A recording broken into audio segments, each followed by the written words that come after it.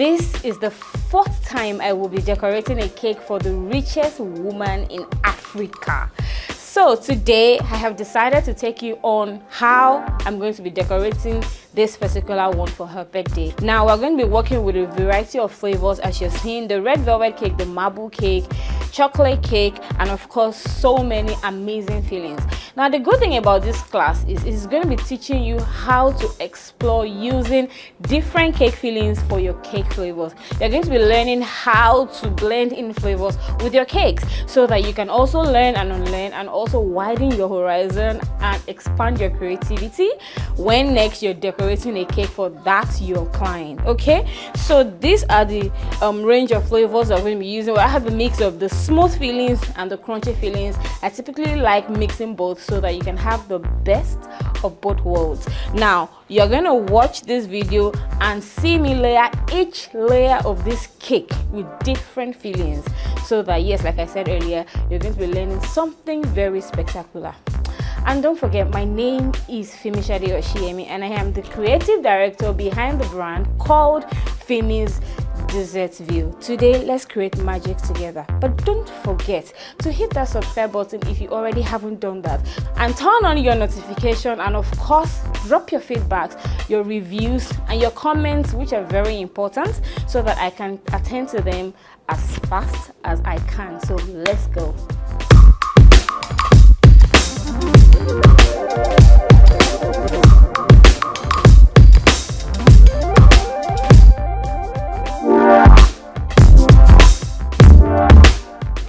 So the first thing we always do before decorating any kind of cake is to make sure that the cake board is very disinfected to avoid germs. So just simply use your white vinegar that you also use for baking and a clean kitchen towel to just wipe it through in no particular order. So we're working with 12 inches. Now this is slightly smaller than a 12 inches cake, but I'm going to be creating some magic by cutting it into half and then expanding it just to widen it. So you want to watch that. In 10 inches, as you can see how nice this looks. And we also have the chocolate cake, moist chocolate cake in 8 inches. We have red velvet in 6 inches, and we'll have the little baby here in 4 inches. You all can already tell that red velvet is one of her very favorite cake flavors, so that's why we have most of it as red velvet cake. So I know I have taught you all before in my past videos how to crumb coat on a cake and then final coat the cake, but today we're just simply going to learn how to achieve 2 layers out of each single layer of cake, how to apply the fillings, and also how to decorate the cake immediately without having to crumb coat, because basically they are not tall cakes, so there isn't really so much need to have them crumb coated as long as your sides are neat enough and you don't have so many crumbs that you're going to have around the sides of your cake. So the first thing I always do per layer of cake is, and yes, don't forget that to achieve this cake in the perfect form, you're going to be needing a stable whipped cream recipe, which I already have in different variations in my YouTube channel. So you want to watch that so it can help you to have a stable result of cake. So what I always do is to get off the surface, the moist surface of each cake, to make sure that it has, you know, a surface that is a bit more less moist so that it can hold up the frosting when I place it on the cake. So because I'm going to be cutting this cake into equal halves, it's not going to go straight forward like this. So I would first of all cut it like this. If you have a cake leveler or a trimming leveler, it's fine to use. And don't forget that my hands are thoroughly washed. So this is what the cake looks like on the inside, perfectly marbled with a perfect blend of chocolate and vanilla cake flavors. And so because this cake is going to have sharp edges, I would rather flip it over like this. So this part is going to be going on top of the cake, right? So I'm going to be exchanging it with this part for what it looks like, perfectly marbled. So this part is what is going to sit directly on the cake board. So what I'll do is just to get a little bit of cream or chocolate, as the case may be. For today I'm going to be using cream because this is the final board anyway. So I'm just going to place a little bit on it like this. Remember I told you that I'm going to be working on the cake to expand it a bit. So I will just do this. First of all, try to level it out because it's not leveled again while streaming. So I'll just level it out, and instead of wasting all of the cake, I just put it on the side that is less, you know, high, so we can have a leveled surface. So once I'm done with this, I'm going to place the second one on it, just because I want to, you know, get it defined. All right, so I'm going to just cut it up like this. Don't worry, fear not, there's no problem. So we're going to do this, and so I'm going to, you know, do something like this. All right, so I will just expand it a bit. So this automatically expands it and gives it a wider circumference. All right, so after doing that, I will trim it a bit more like this and get those crumbs into the middle of the cake like this, right? Like this. So I'm going to be doing. This is called cake surgery. I'm using the crumbs that I cut off the surface. This is the only layer I'm going to do this for anyway, so it will be, it's just for emphasis sake. All right, so I'll do this very quickly. All the crumbs are very moist, so they go in perfectly well. All right, and just like that, you have a wider cake layer like this. Remember, I'm still going to be trimming it very slightly by the sides, so you don't want to worry about the uneven edges for now. So the next thing I'm going to be doing is to add the cream. This just seals it all up, like this. You all see how stable the whipped cream is, right?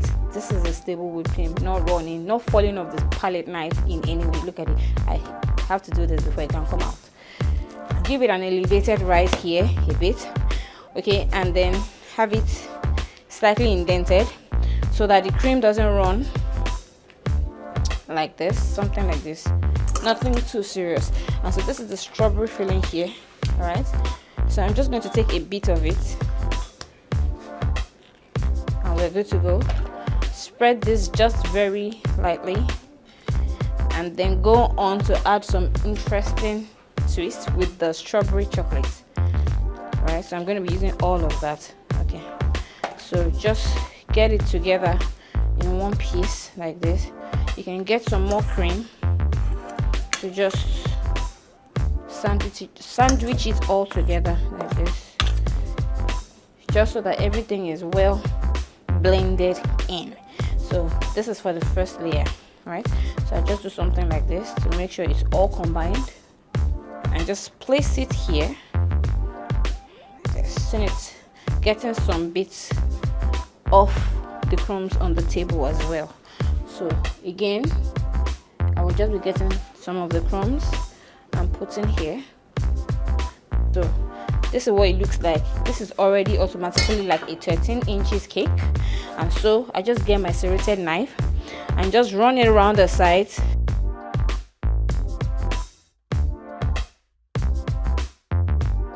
So I'll level out the surface, still add it to the middle, and this is what I'm doing now. You know, I kind of like deliberately have this happen. I mean, for those people that have concern on how to expand their cakes, you know, this is the easiest way you can get that done. So everything is well covered like this. And always make sure your hands are very clean too, so that you don't have crumbs from your hand staining the cake. So this is the cream I'm going to be using for the final coating.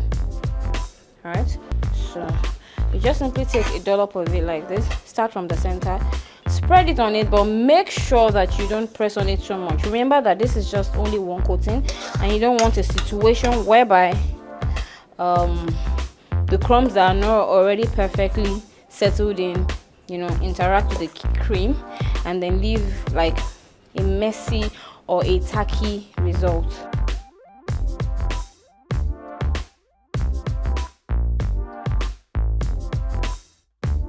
So at this point, I'm just trying to smooth out the top surface to be neat enough, because once I take it into the freezer, once I bring it out, I wouldn't be doing anything on the cake again. I'm done with the first layer now, so I'm just basically going to clean the edges to make sure it's all neat and clean. and then I'll put this in the freezer while I work on all the other layers, one after the other.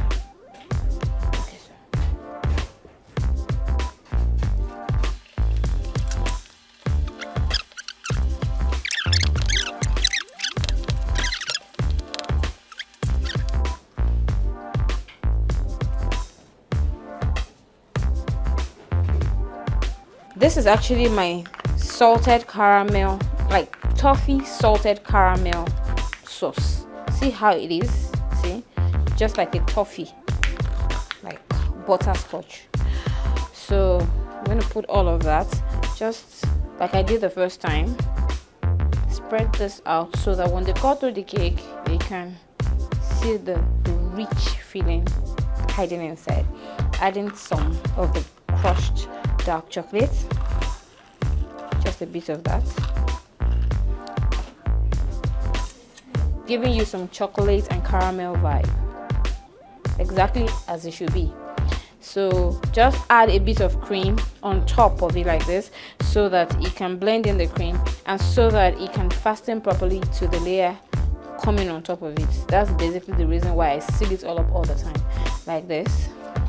And that's what it looks like.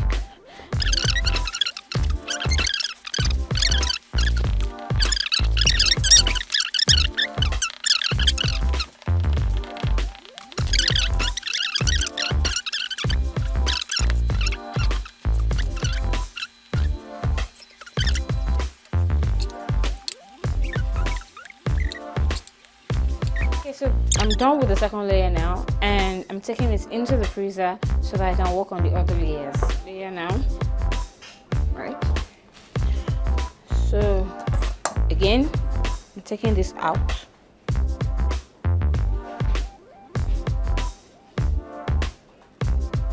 So it can look like this. I might need this part, but I'll just keep it for now. Third layer now, right? So again, I'm taking this out so it can look like this. Chocolate cream for the filling.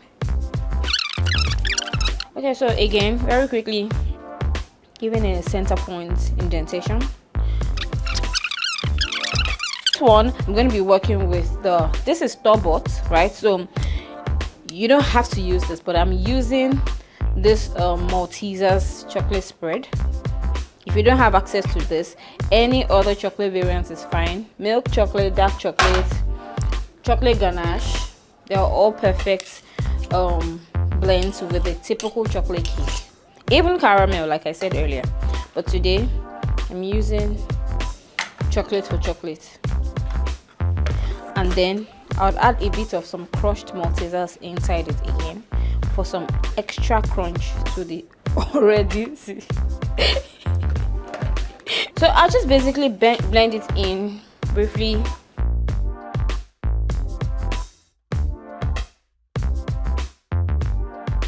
This is what it looks like this, and then just try and support it a bit, and then just drop it gently. Yeah, and again, always make sure to give it a gentle press in the center.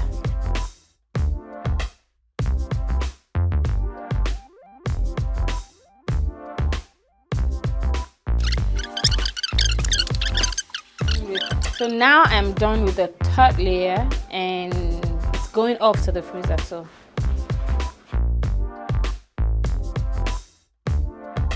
okay, so I'm using the Lotus and Biscoff spread here for this red velvet cake. So it's going to look like. It's really stable, and that's it.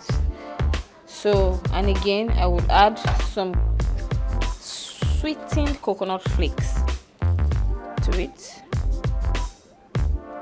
Remember, I told you that for every layer we're working with the smooth as well as the crunchy fillings. And now I'm done with the baby of the house. So it's time to stack the cakes together now. So it's very important to note the important, tools or elements that you need for a successful stacking of your cakes, regardless of how many tiers it's going to be. Make yours with any thick cardboard. I made mine with a thick cardboard and coated it with aluminium foil so that it could look more presentable. So you need your dowel rods. Going to cut it to the height of the layer that you're going in with. So this is going to be resting on the dowel rod to protect the top layer from sinking in or from crashing. So what I'm going to do now is just to try and make like an indentation here. This is the biggest cake, so it's going to have the most quantity of the dowel rod because it's going to be the one that will support every other one. I will just put it in and use the second one to press it in, all right, something like that. And then I could just go no noise. I just repeat the process like this. And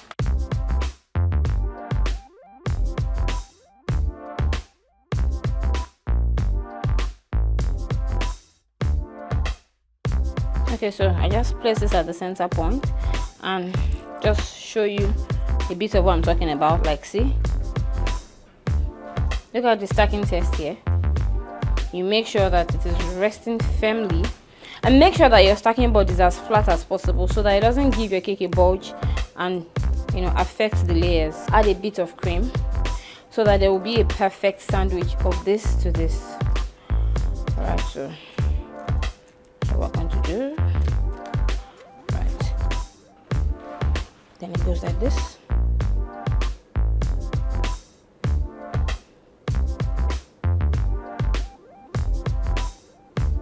Over the cake. Then I have room to still adjust any part of it that's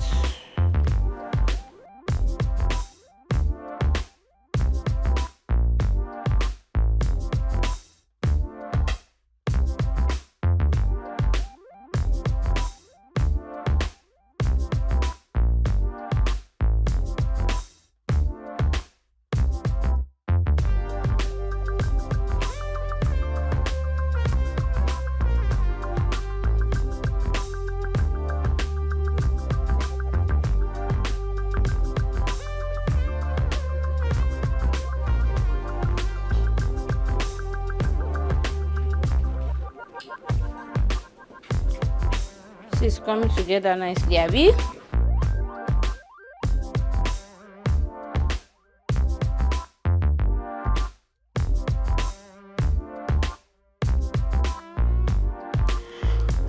Okay, so for this piping, the first tip I'm going to be using is the leaf tip. It's leaf tip. So I'll be piping that on the border of a cake like this.